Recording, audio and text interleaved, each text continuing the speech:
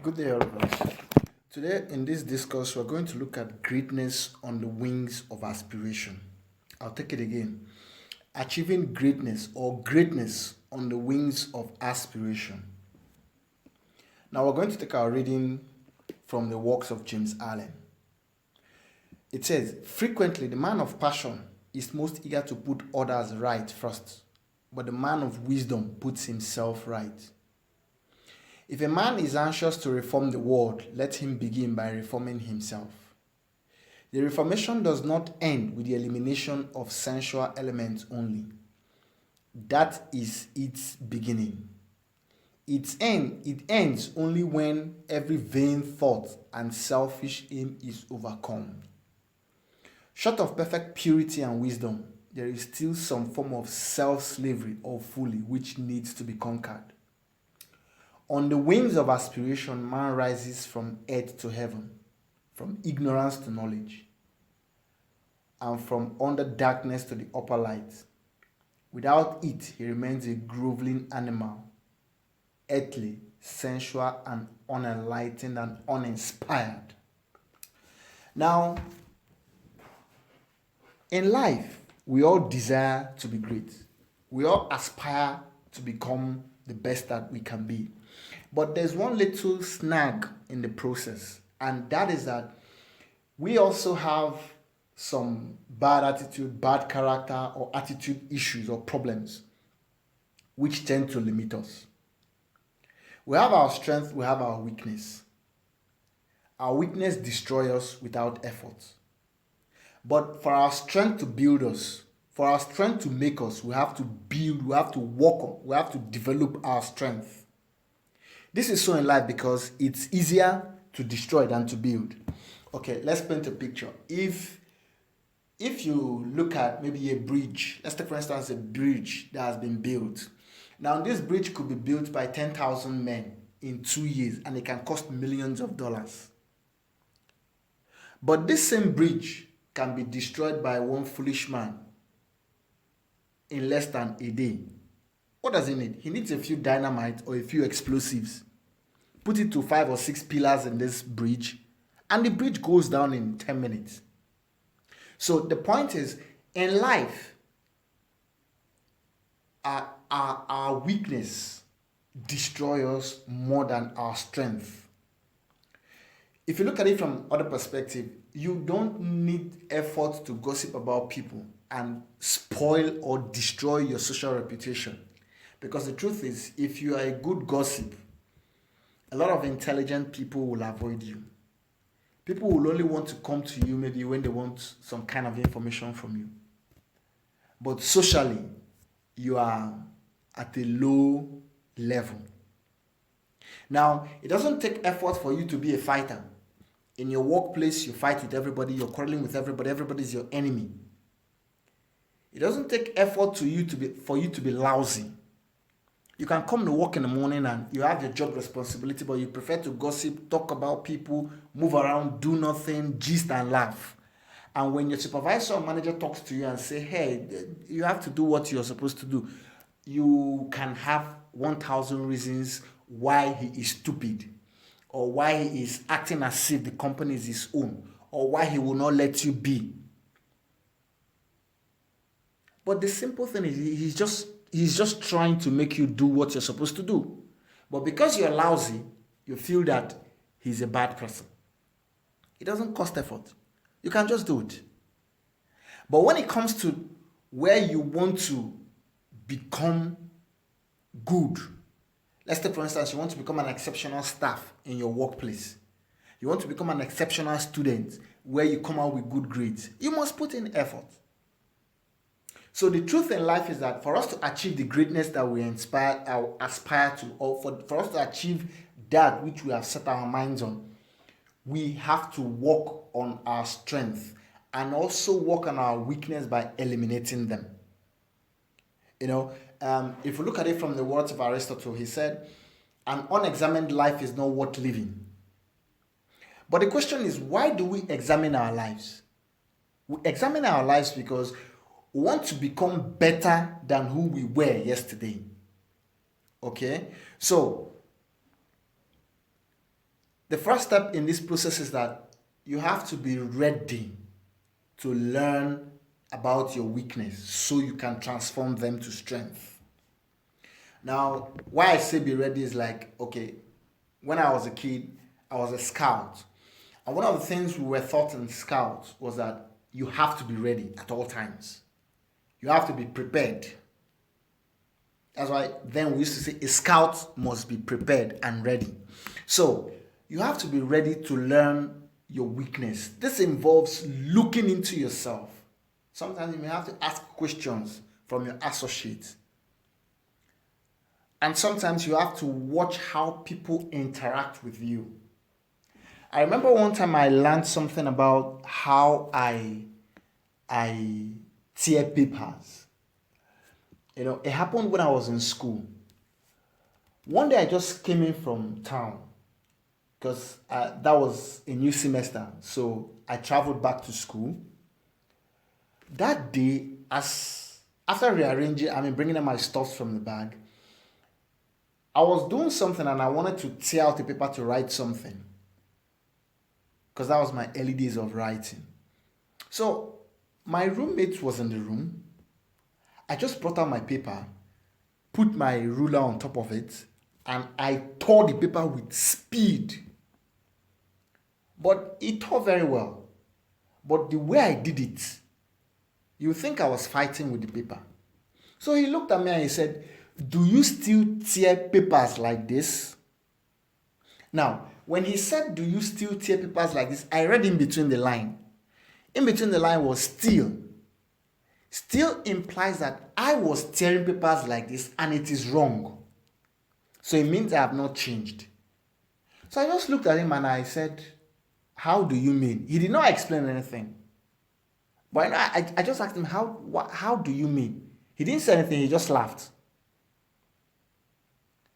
So later that night, because then I used to have this activity, or I used to have this leadership activity I did every night. I examined my day, examined the things I did wrong, examined how I could make them better. So in the night when I was examining my day, I came across that thing again and I moved over it. I thought over it several times and I was like, okay, if I tear papers like this, that means it's wrong. That means I have to make changes to it. So I then decided that I have to do or tear papers gently.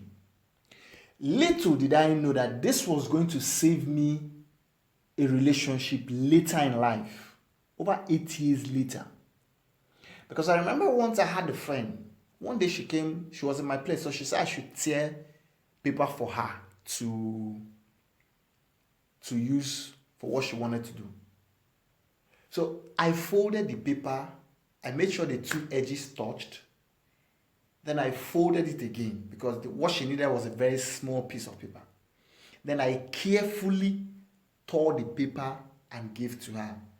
Because when I folded it 2 times, it became 4 parts. I tore out 1 part and gave to her. Now, I didn't know she was observing me at this point because then we just met. We were just friends in less than 1 month.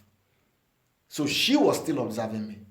So later, over 6 months later, she now told me that day she asked me to tear that paper, that she was just observing me. That assuming I just tore the paper carelessly and gave to her, she would have cancelled me on that day, and that was the day the friendship would have ended. Okay, I'll give us another example. Second, when I was in school as well, I wasn't really the kind of person that litters environment. But as undergraduates, being rebellious is one of our qualities then.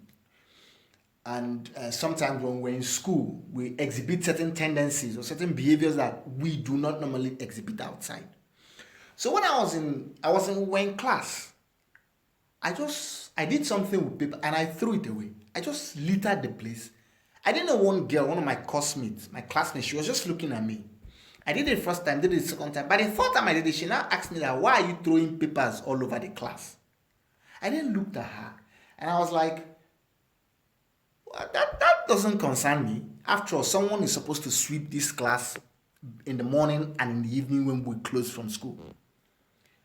She said, suppose. But as you're supposed, as the person is supposed, but the person doesn't sweep the class. So being that this person doesn't sweep the class, it should it should make me understand that it is my responsibility to keep this class clean. First I was like, what gives this girl the courage to talk to me in this manner? Because we're not friends. I don't know her. Do I know? Okay, I know her as my classmate, but we're not friends. We don't talk to each other. So I was wondering, why should she start telling me this? But somehow I kept calm because I was thinking that maybe the reason she even had the affront to talk to me like that was because maybe she saw me like the reasonable person she could talk to. Because considering our class and our school at that point in time, you don't just talk to people like that because you may run into serious problem. Actually, I went to a very tough school anyway. So when I got home that night, no, I think it wasn't a few days later, I was contemplating that action and I said, there's a need for me to stop littering the class. And that was the end of it. And even after school, till today, over 18 years now, I don't throw things anywhere. If I'm walking on the streets, I buy something, I eat it, maybe biscuit or anything, I fold the wrap and I put it in my pocket. Then when I get home, I put it in the trash can. Okay, I'll give us another illustration. In my early days as a writer, before writing, I always liked, because then I used to write under inspiration. Before writing, I always made sure my 5 or 10 pencils, I preferred them to be 10. My 10 pencils were all sharpened and placed in my cup where I was writing, because when I'm writing, with the speed with which I write, when a pencil gets to the tip, I don't have time to sharpen. I just keep it aside and pick up the next pencil, and it has to be very sharp. Sometimes if I'm writing with a pencil and the sharp point starts going down, maybe when it gets to in between the sharp point and the wooden part of the pencil, at that wooden part, the pencil will be very thick. I don't like thick pencils. So what happens is, before it gets to the tip or where it will get thick, I just abandon the pencil and take up another one. Now, secondly, if I'm writing and I make a mistake, even if I've written a page 70 to 80% and I find out a mistake that I've made, I'll just cancel the whole thing. I'll just cancel the whole work. But at the point I discovered that this was interfering with completing my tasks. Because sometimes I write under inspiration, or most times as at then, I used to write under inspiration. So when I cancel my work, sometimes I have to read the cancelled work to continue or to start a new one. And this was seriously interfering with me. So I had to stop that, because life is all about learning our shortcomings, our mistakes, our faults. An unexamined life is not worth living. When you examine your life, you find out those things that are interfering with your progress. For some of us, it's all about sleeping with as many girls as we can, because some young men have not understood the destructive nature of sleeping around with girls. They say it like they're catching form. For some of us, it's all about buying things we cannot afford to impress people we don't like. Some of us want to feel so big that we put our hands in purchasing things we cannot afford because we want people to see us as expensive people. Like sometimes I see some people on social media, you went to somewhere when maybe you're an eatery or something, you ate something very good, then you snap it and come and put on your status. You know, at such times I begin to wonder, what is wrong with this person? Are you so daft? Are you so mentally deficient that you went to somewhere, you ate fried rice or you ate chicken? Okay, so you've not eaten chicken before, or other people have not eaten chicken before, that you now snap your chicken or your fish and put on your status. Okay, so we all have our vices, and these vices or these shortcomings or this weakness within us don't need effort to destroy us. As a young man, if you have this desire to sleep with as many girls as you like, you may never even realize that you have to pursue your vision in life. You have to create the path of success for yourself. It may not even occur to you. Why? Because you're enjoying yourself. But the day you stop chasing women, that day your vision will become clearer to you and you will start putting in effort. Let's get the key. You start putting in effort. You put in effort to build your strength. But your weakness destroys you without effort. So, for your life's vision, for your life's greatness to actually manifest itself, because the key word, like we said here, is on the wings of aspiration, man rises from earth to heaven. Where is heaven? Heaven is a state of bliss. Every religion accepts heaven. Every philosophical system accepts and appreciates that there is a heaven. Even in the Christian philosophy, it said, "Our Father which art in heaven, hallowed be thy name. Thy will be done on earth as it is in heaven." So it is man's responsibility to replicate heaven on earth. And how do we replicate heaven? It is by creating that perfect environment, that noble society to reflect what we see in heaven or what we aspire to in heaven. So for our aspirations, for our greatness to manifest itself, we have to cut down on our vices. We have to reduce those things, those internal urge, those internal desires that lead to destruction. Now, this requires effort on your path. You have to be dedicated to this cause because this is a lifelong process. When you are able to eliminate these things in you, then your vision, your aspiration, your greatness will become clearer to you. And you'll be empowered to walk the path of your success. Because the truth is, you can be successful, irrespective of where you are, what you are doing, and how much you have gone through in life, or the challenges that has prevented your growth. The moment you realize that you can grow, you will grow because you apply the right effort needed to make that success come through. Okay? So, be that man of wisdom who puts himself right. Because when you put yourself right and activate the noble part of you and achieve your vision, then you are impacting positively on society. And you're making society a better place. If we look at the words of Ralph Waldo Emerson, he said, to laugh often and much. And at the end of it, he said, to make society a better place, whether by a garden patch or a redeemed social condition. That's the key. Redeemed social condition. Each dream, each vision, each noble goal you achieve within you redeems society. Today, humanity stands at a great edge or at a great fulcrum where he can either destroy himself or he can either create himself to become a better species. So, you are important in this process. Your vision is important in this process. Your career is important in this process. Even your thought is important in this process.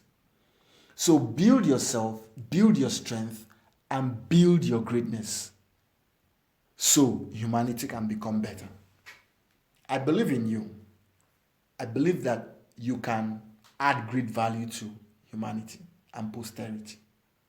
So work on yourself, work on your strength, build your strength, and you will have a wonderful life. Cheers, and thanks you for listening. Good day, all of us. Today, in this discourse, we're going to look at greatness on the wings of aspiration. I'll take it again. Achieving greatness or greatness on the wings of aspiration. Now, we're going to take our reading from the works of James Allen. It says, frequently the man of passion is most eager to put others right first, but the man of wisdom puts himself right. If a man is anxious to reform the world, let him begin by reforming himself. The reformation does not end with the elimination of sensual elements only. That is